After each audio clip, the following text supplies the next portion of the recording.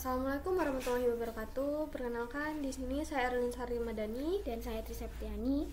Di sini kami akan menjelaskan terkait dengan rancangan dari jaringan LAN untuk perusahaan yang menggunakan dua lantai.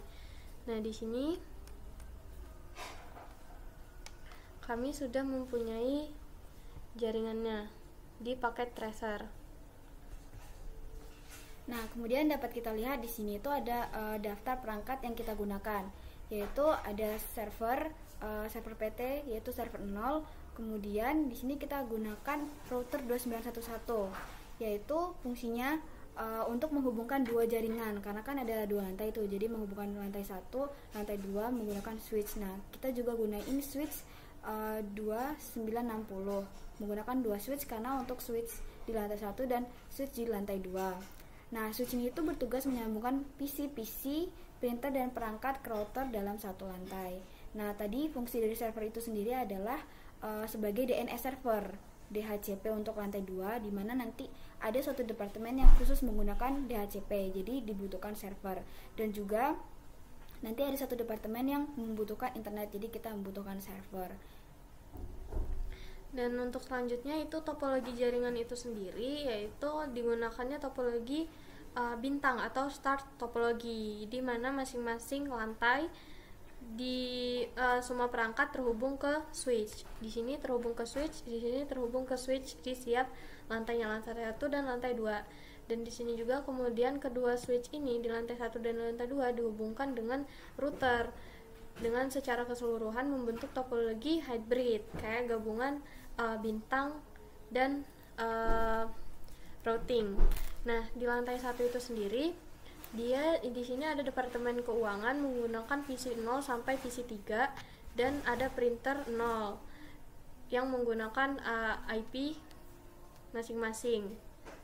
Sebagai berikut untuk IP-IP yang sudah ada yang digunakan. Ini untuk lantai 1 dan ini untuk lantai 2, dan ini di setiap printer yang ada.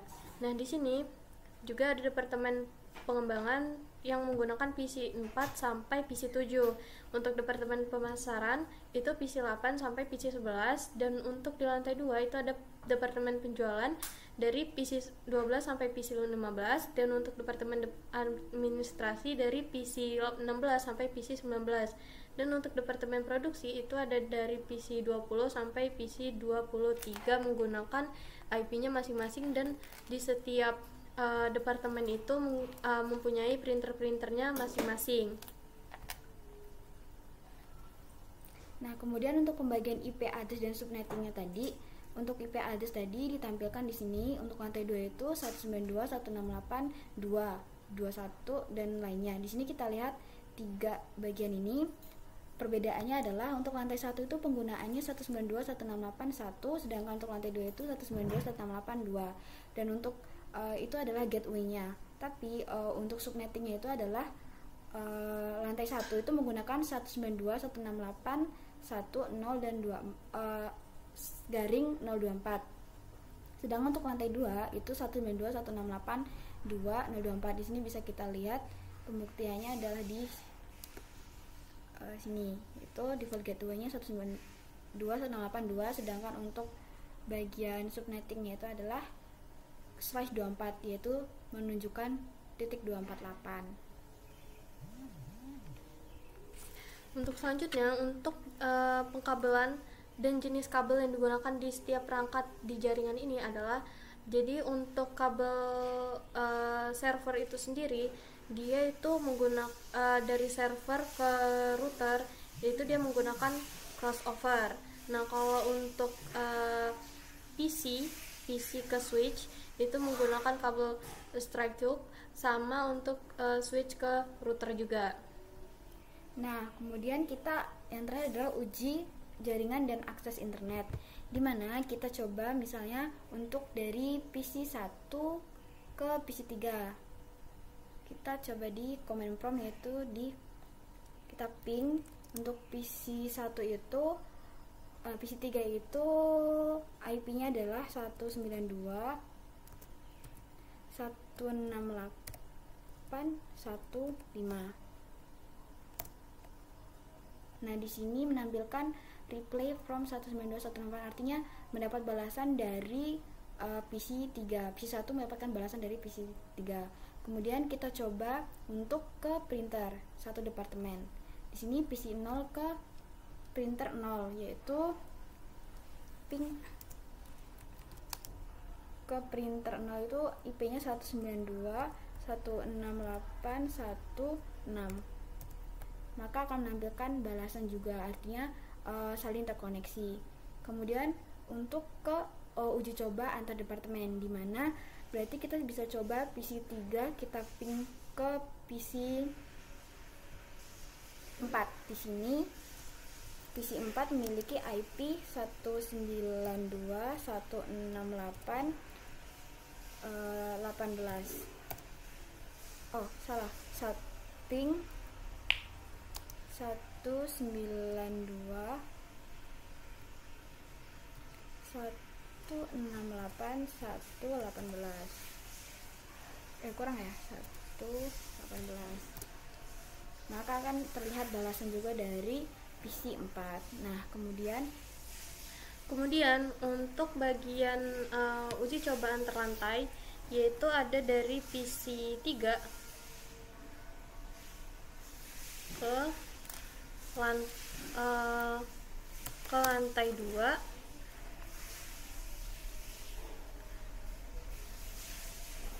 ke lantai 12 di bagian ke lantai 2 di PC 12. Jadi ping 192.168.12 itu menggunakan 221.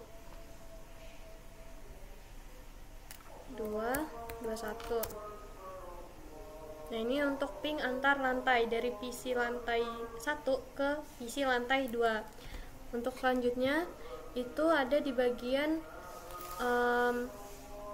uji akses di Departemen Pemasaran, akses internet. Jadi ini untuk Departemen Pemasaran, kita menggunakan web browser.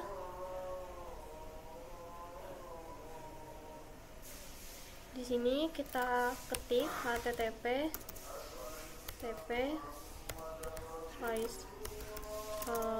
google.com.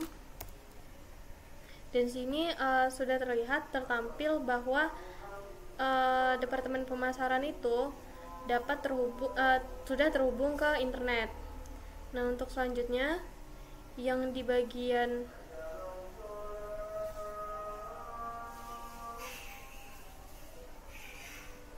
produksi itu sendiri dapat dilihat bahwa di sini menggunakan DHCP untuk IP-nya. Untuk di semua PC di bagian Departemen Produksi itu menggunakan DHCP.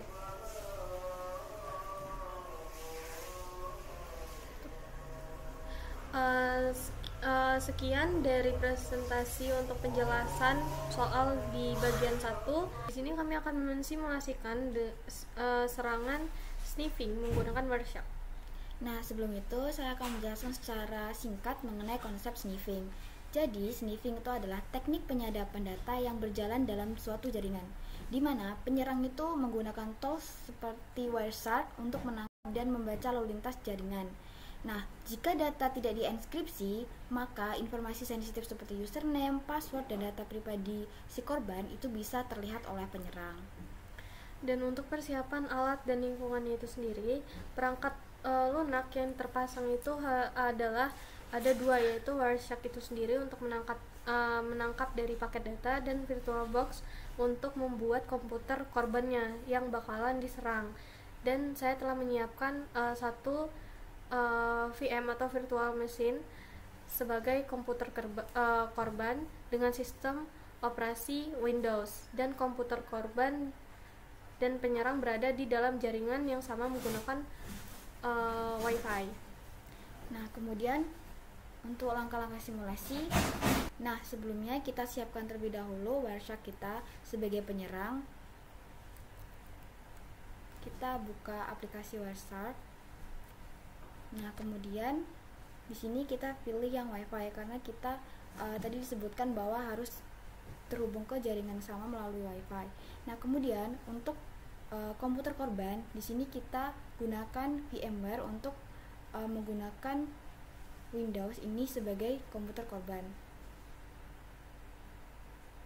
Nah, di sini sebagai korban kita bisa membuka website untuk mencoba tesnya apakah benar terdeteksi di Wireshark, yaitu misal kita menggunakan login page atau tes login. Di sini kita sign up terlebih dahulu dan isi data pribadi kita, misal namanya Ica, kemudian passwordnya kita setting dulu.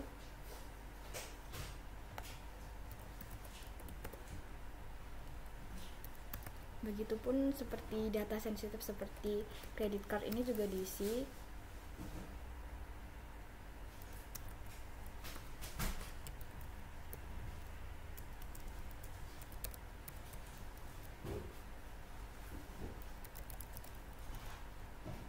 Dan alamat.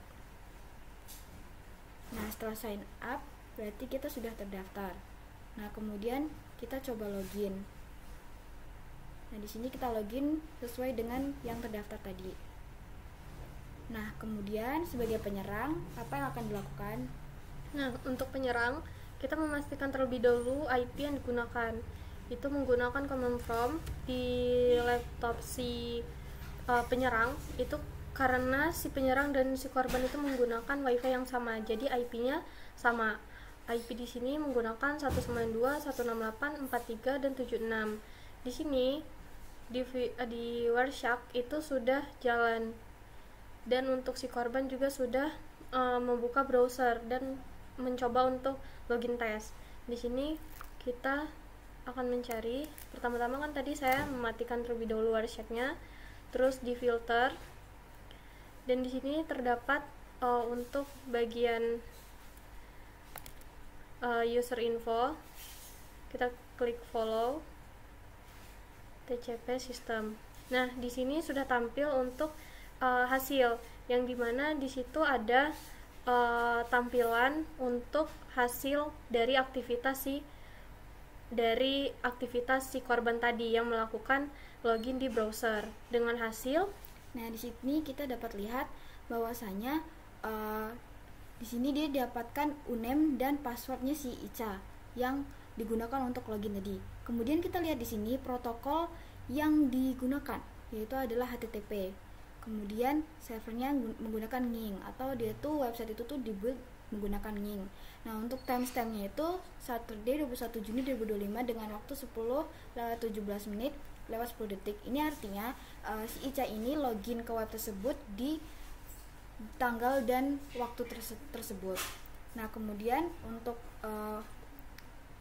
get login PHP ini berarti itu data ini diambil dari page login. Nah, untuk pertanyaan mengapa sih aktivitas dari si korban ini dapat terbaca atau terdeteksi itu sendiri, karena si korban menggunakan situs dari HTTP bukan HTTPS. Nah, HTTP itu tidak memiliki enskripsi sehingga seluruh isi dari form yang dikirim oleh si korban itu dapat bentuk plain text. Wireshark itu dapat membaca isi lengkapnya secara lengkap, apa yang telah dilakukan, apa yang sudah di form dan yang dikirim dari browser korban ke server tujuan. Itu terjadi saat si korban menggunakan HTTP. Nah, kemudian gimana sih biar kita tuh terhindar dari penyerangan ini? Nah, langkah-langkahnya itu diantaranya, yang pertama, kita gunain website HTTPS. Kalau bisa jangan akses website yang menggunakan HTTP, karena alasannya website HTTPS itu menggunakan enskripsi SS atau TLS agar datanya itu nggak bisa dibaca, sedangkan HTTP itu tidak ada perlindungannya. Kemudian pasang juga VPN atau Virtual Private Network, yang mana membuat jalur komunikasi terenskripsi meskipun lewat jaringan publik.